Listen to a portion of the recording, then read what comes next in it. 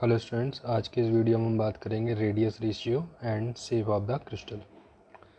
जैसा कि हमने प्रीवियस वीडियो में पढ़ा है कि हमने जब बताया था आपको कि किसी भी क्रिस्टल में जो कॉन्स्टिट्यूएंट की पैकिंग होती है, ठीक है, यानी जो एटम होते हैं वो क्रिस्टल में जब अरेंज होते हैं तो उनके बीच में कुछ गैप क्रिएट हो जाता है जिसको हम लोग वाइड नाम से जानते थे। तो यहाँ पर वाइड और जो कॉन्स्टिट्यूएंट पार्टिकल्स हैं उनके बीच में एक रिलेशन आता है उनकी रेडियस का, उसी को यहाँ पर नाम दिया गया रेडियस रेशियो। और उस रेडियस रेशियो की वैल्यू से आप जो आइडेंटिफाई कर सकते हो कि जो हमें क्रिस्टल दिया गया है उसका शेप कैसा होगा। ठीक है, तो क्या होता है रेडियस रेशियो? तो कहते हैं the radius ratio may be defined as the ratio of the radius of cation to that of anion in an ionic crystal. किसी भी आयनिक क्रिस्टल में रेडियस ऑफ कैटायन और रेडियस ऑफ एनायन का जो ratio होता है उसे हम लोग नाम देते हैं रेडियस रेशियो। यहाँ पर जो रेडियस ऑफ कैटायन है वो वाइड की बात हो रही है, जो क्रिस्टल में एम्प्टी स्पेस हो जाता था उस एम्प्टी स्पेस यानी वाइड की जो रेडियस है वहाँ पर हम लोग नाम दे रहे हैं रेडियस ऑफ कैटायन।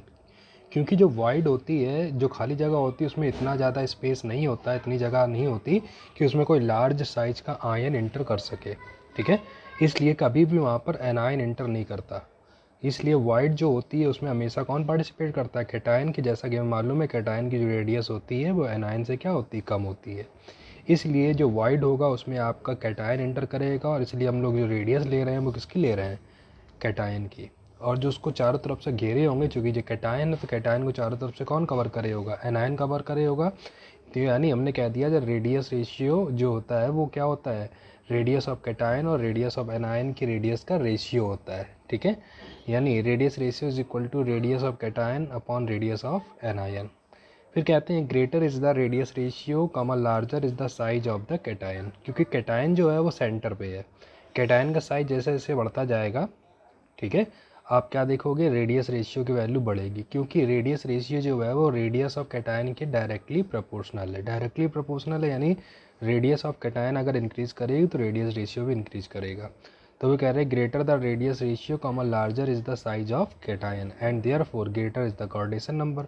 और जैसे जैसे आप देख रहे हो कैटायन जो बीच में वाइड स्पेस है वहाँ पर हमने कैटायन लिया, और कैटायन का साइज जैसे जैसे बढ़ रहा है वैसे वैसे आप क्या देख रहे हो? उसके अलोंग और ज़्यादा स्पेस बनता जा रहा है, और जितना ज़्यादा स्पेस इसको रहेगा उतने ज़्यादा एनायन इसको चारों तरफ से क्या कवर कर लेंगे। तो किसी पर्टिकुलर आयन के चारों तरफ जितने अपोजिट चार्ज आयन होते हैं उसी को उसका कोऑर्डिनेशन नंबर कहते हैं। यानी जैसे जैसे कैटायन का साइज बढ़ेगा कोऑर्डिनेशन नंबर भी क्या होगा? बढ़ता जाएगा। फिर कहते हैं on increasing the radius of positive ion radius ratio and coordination number of positive ion increases. ठीक है, जैसे जैसे पॉजिटिव आयन यानी कैटायन की साइज रेडियस वैसे से बढ़ेगा वैसे वैसे रेडियस रेशियो बढ़ेगा, साथ ही कोऑर्डिनेशन नंबर भी बढ़ेगा। And therefore stability of ionic crystal also increases. और साथ ही जो आयनिक क्रिस्टल हमें दिया गया है उसकी स्टेबिलिटी भी बढ़ती जाए। क्यों? जितने ज़्यादा साइज बढ़ने से नंबर ऑफ एनायन भी कैटायन के चारों तरफ ज़्यादा हो जाएंगे, और जितने ज़्यादा एनायन और कैटायन होंगे उतना ज़्यादा उनके बीच में फोर्स ऑफ अट्रैक्शन होगा, उतनी ज़्यादा उनकी स्टेबिलिटी होगी। ठीक है, यहाँ पर कुछ रेडियस रेशियो की वैल्यू दी गई है और उसके अकॉर्डिंग यहाँ पर शेप और एग्जाम्पल डिफाइन करा गया है। तो यहाँ पर हमने लिख दिया लिमिटिंग रेडियस रेशियो यानी कि radius of cation upon radius of anion, coordination number, shape and structure. ठीक है, इनके बारे में भी हम आगे पढ़ेंगे थोड़ा सा। तो यहाँ आपको डायरेक्टली बता दिया गया है अगर किसी क्रिस्टल का रेडियस रेशियो निकालने पर जो वैल्यू आपकी 0.00 से लेकर के 0.155 के बीच में आती है तो इसका मतलब इसका कोऑर्डिनेशन नंबर कितना होगा? 2 होगा। अगर कोऑर्डिनेशन नंबर 2 है तो हमने बताया था इसका शेप कैसा होना चाहिए? लीनियर, शेप लीनियर हो जाएगा। ठीक, अगर ये वैल्यू आपकी 0.155 से 0.225 के बीच में आती है तो इसका कोऑर्डिनेशन नंबर 3 होगा, और शेप ऑफ द क्रिस्टल जो होगा वो आपका कैसा होगा? Planar triangular. ठीक है, और एग्जांपल इसमें आ जाता है B2O3 यानी बोरान ऑक्साइड। ऐसे 0.225 से 0.414 के बीच में आने वाला रेडियस रेशियो जो होगा उसमें क्रिस्टल का जो कोऑर्डिनेशन नंबर होगा 4 होगा, और उसका शेप कैसा होगा? टेट्राहेड्रल होगा। इस एग्जाम्पल की बात करें तो यहाँ पर आ जाएगा ZnS जो इस तरह का शेप रखता है। रेडियस रेशियो की वैल्यू अगर आपके बेटा 0.414 से लेकर के 0.732 के बीच में आती है तो उसका कोऑर्डिनेशन नंबर आपको 6 मिलेगा। ठीक, शेप ऑफ द क्रिस्टल आपका ऑक्टाहेड्रल होगा। एग्जाम्पल बात करें तो उसमें NaCl इस तरह का स्ट्रक्चर रखता है। अगर रेडियस रेशियो की वैल्यू 0.732 2 से 1.00 के बीच में आती है तो आपको कोऑर्डिनेशन नंबर 8 मिलेगा और शेप ऑफ द क्रिस्टल आपको मिलेगा क्यूबिक। और एग्जांपल की बात करें तो CaCl। तो ये कुछ रेडियस रेशियो की वैल्यू थी, रेडियस रेशियो डिफिनेशन थी जो आपसे पूछा जाता है। इनके ऊपर आपको न्यूमेरिकल भी मिलेंगे जिनको हम आगे देखेंगे, ठीक है। अब हम बात करते हैं अपने नेक्स्ट टॉपिक जिसमें हम इन रेडियस रेशियो की वैल्यू को निकालना सीखेंगे और देखेंगे कैसे इनका कोऑर्डिनेशन नंबर निकाला जाएगा और कैसे इनका सेफ होगा, ठीक है। नेक्स्ट जो टॉपिक है इसमें सबसे पहले हम जानेंगे इंटरशियल होल या वॉइड, ठीक है। इंटरशियल होल क्या होता है या वॉइड, जिसको वाइड भी जैसे बोला था ना एम्प्टी स्पेस होता है, उसी को हम लोग वॉइड या इंटरशियल होल के नाम से जानते हैं, ठीक है। कहते हैं in closely packed structure the empty space is called void. किसी भी क्लोज पैक्ड स्ट्रक्चर में जो एम्प्टी स्पेस रह जाता है, जो खाली जगह बनी रह जाती है, उसी को यहाँ पर नाम दिया गया void. In case of 2 dimensional packing it is called trigonal void. 2 dimensional packing में जो आपकी वॉइड बनती है वो किस शेप की बनती है, ट्रायंगुलर शेप की बनती है। जब हमने आपको हेक्सागोनल अरेंजमेंट में दिखाया था 2 डायमेंशनल में, तो आपने क्या देखा, जब इसके बीच में कुछ देखो एम्प्टी स्पेस बचता है, इसमें कुछ एम्प्टी स्पेस में आपका नीचे की तरफ ट्रायंगल दिख रहा है इस तरह से, और कुछ में आपको ऊपर की तरफ, यानी जो शेप कैसा बन रहा है वॉइड का, ट्रायंगुलर शेप। यानी 2 डायमेंशनल में जो शेप जो होता है वो कैसा होता है, ट्रायंगुलर शेप होता है, ठीक है। वही चीज़ें आप बताई गई है। In case of 2 dimensional packing it is called triangular wide. 2 dimensional के केस में इसको ट्रायंगुलर वाइड के नाम से जानते हैं, जैसा कि यहाँ पर आपको लिया गया है। तो हमने उस 2 डायमेंशनल का एक छोटा सा हिस्सा लिया और उस हिस्से में देखना कि जो आपकी जो स्फीयर है इसको चारों तरफ से घेरे हैं, फिर भी इनके बीच में देखो कुछ स्पेस बच रहा है, और जब इस स्पेस को हमने अदर 2 जो कॉन्स्टिट्यूएंट पार्टिकल इनसे मिलाया तो जो आपको एक शेप दिखाई दिया वो कैसा शेप है आपका, ट्रायंगुलर शेप, ठीक है। और ट्रायंगुलर शेप है तो वाइड को कितने एटम कवर करे हुए हैं, तो वाइड को आप देख रहे हो बीच में खाली जगह है, उसको कवर कितने एटम कर रहे हैं, 3 एटम, इसलिए इसका कोऑर्डिनेशन नंबर कितना है, 3 है।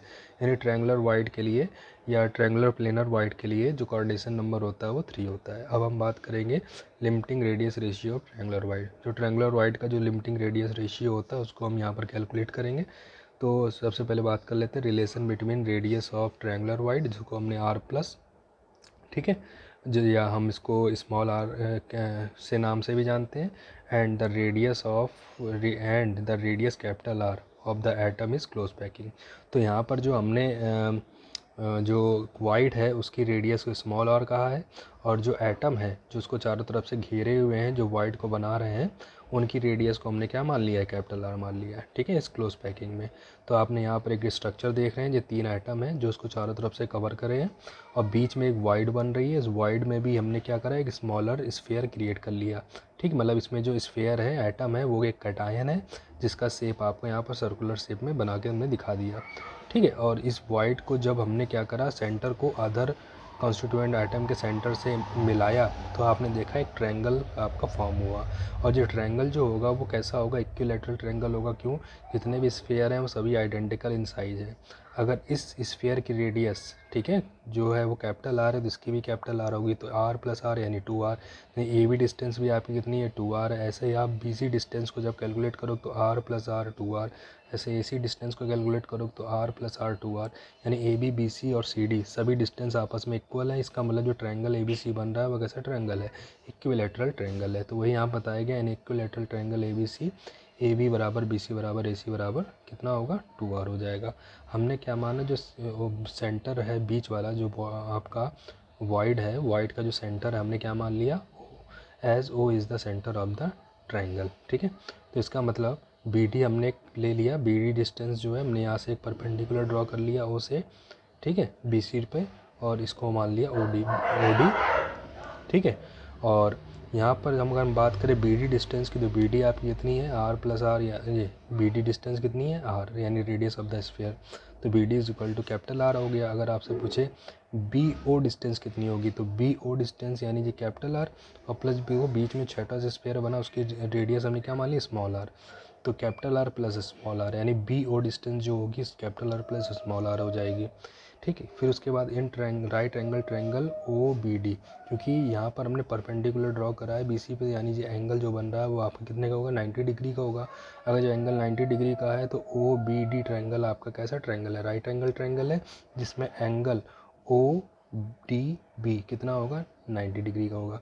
ठीक, तो हमने यहाँ पर लगाया cos angle O B D, cos angle O B D, और कॉस इक्वल टू आप जानते हो, ठीक है, बी डी अपॉन क्या हो जाएगा, ओ बी, ठीक है, B D upon O B, यानी बेस अपॉन परपेंडिकुलर। तो बेस आपका कितना है, बी डी है, और परपेंडिकुलर कितना है आपका, ओ बी या बी ओ कह लो, ठीक है। तो इसका मतलब कॉस एंगल ये आपका जो बनेगा, क्योंकि ये आपका कैसा ट्रायंगल है, इक्विलैटरल ट्रायंगल है, इक्विलैटरल ट्रायंगल में सभी एंगल कितने के होते हैं, 60 डिग्री का होते हैं।